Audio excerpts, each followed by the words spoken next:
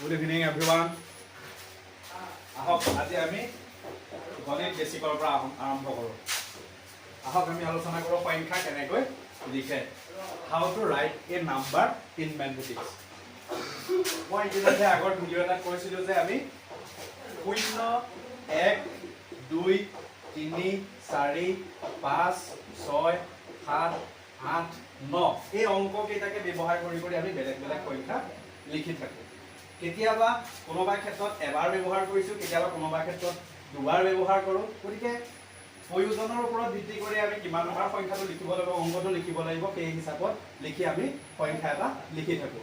ইয়াৰে অলৰেডি কোৱা হ'ল যে 0টোক সিগনিফিকেন্ট ইনসিগনিফিকেন্ট ডিজিট বুলি কয় আৰু বাকী কেইটাক সিগনিফিকেন্ট ডিজিট বুলি কোৱা হয়। কাৰণ 0 এটাক যেতিয়া সংখ্যা এটাৰ আগত বহোৱা হয় ই কোনো ভ্যালু ইয়াৰ নিজস্ব ভ্যালু দেখুৱাব নোৱাৰে, সেইবাবে ইয়াক ইনসিগনিফিকেন্ট ডিজিট বুলি কোৱা হয় আৰু বাকী কেইটাক আমি সিগনিফিকেন্ট ডিজিট বুলি কওঁ। কিন্তু যেতিয়া বেলেগ সংখ্যাৰ মাজত 0টো সোমাই থাকে বা সংখ্যা এটাৰ শেষত থাকে তেতিয়া ই নিজস্ব ভ্যালু প্ৰদৰ্শন কৰিব পাৰে। অন্যহাতে যেতিয়া এটা বেলেগ সংখ্যাৰ আগত ইয়াক বহুৱাই দিয়া হয় ই কোনো নিজস্ব ভ্যালু দেখুৱাব নোৱাৰাৰ বাবে ইয়াক আমি ইনসিগনিফিকেন্ট ডিজিট বুলি কওঁ। আহক এতিয়া আমি এই অংকবিলাক ব্যৱহাৰ কৰি কেনেকৈ সংখ্যা লিখোঁ।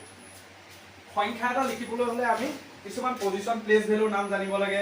ইংৰাজীত ক'লে 1 tens 100 1000 10,000 10,000 lakh 10 lakh crore এই প্লেস ভ্যালু কেইটা ব্যৱহাৰ কৰি আমি সংখ্যা লিখো। অন্যহাতে যেতিয়া আমি অসমীয়াত লিখো তেতিয়া আমি লিখো একক, দশক, শতক, হাজাৰ, অযুত, লাখ, নিযুত, কোটি।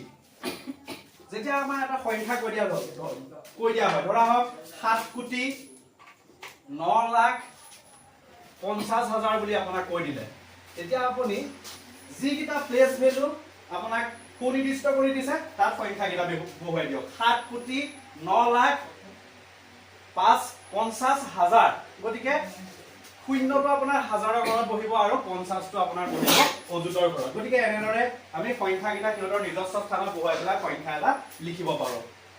গতিকে এনেদৰে আমি সংখ্যা এটা আমি কি কৰা হয় সংখ্যা এটা আমি লিখিব পাৰোঁ। গতিকে আৰু বিশেষ আলোচনা নকৰোঁ, আজি প্ৰথম আৰম্ভণি কৰিছোঁ বুলি এনেদৰে আমি সংখ্যা লিখা হয় বুলি আপোনালোকক বুজালোঁ। গতিকে এইটো হৈছে ক্লাছ 5ৰ এটা বেছিক প্ৰব্লেম। গতিকে সংখ্যা এটা কেনেকৈ লিখা হয়, সংখ্যা এটা লিখিবলৈ হলে আমি এই একক, দশক, শতক, হাজাৰ, অযুত, লাখ, নিযুত, কোটি এই স্থানকেইটা ভালদৰে জানিব লাগিব। যদি আমি ইংৰাজী মিডিয়ামত জানিব বিচাৰো 1 tens 100 1000 10,000 লাখ 10 লাখ crore এই পজিশন কেইটা জানিব লাগিব। যেতিয়া সংখ্যা এটা আমাক লিখিবলৈ ক'ব ধৰি লওক 7 কোটি, তেতিয়া কৰৰৰ ঘৰত 7 প্লেস কৰিব লাগিব। 9 লাখ, লাখৰ ঘৰত আপুনি 9টো বহুৱাব লাগিব। 50,000 5টো 10,000ৰ ঘৰত বহুৱাই 0টো 1000ৰ ঘৰত বহুৱাব লাগিব। তেনেদৰে আপুনি সংখ্যাকেইটা লিখিব লাগিব। আনহাতে যিকেইটা পজিশনৰ উল্লেখ কৰা নাই তাত আপুনি 0 বহুৱাই দিয়ক। গতিকে 7 crore 9 লাখ 50,000 সংখ্যা এটা এনেদৰে লিখা হয়। নেক্সট ক্লাছত আমি সংখ্যা এটা ইন্টাৰনেশ্যনেল সিস্টেমত কেনেদৰে ব্যৱহাৰ কৰা হয়, কমা ব্যৱহাৰ কৰা হয় আৰু ভাৰতীয় সিস্টেমত কেনেদৰে কমা ব্যৱহাৰ কৰা হয় সেই বিষয়ে আলোচনা কৰিম। আজিলৈ ইমানতে ৰাখিছোঁ। গতিকে ইমানটা সামৰিলোঁ। ধন্যবাদ, নমস্কাৰ।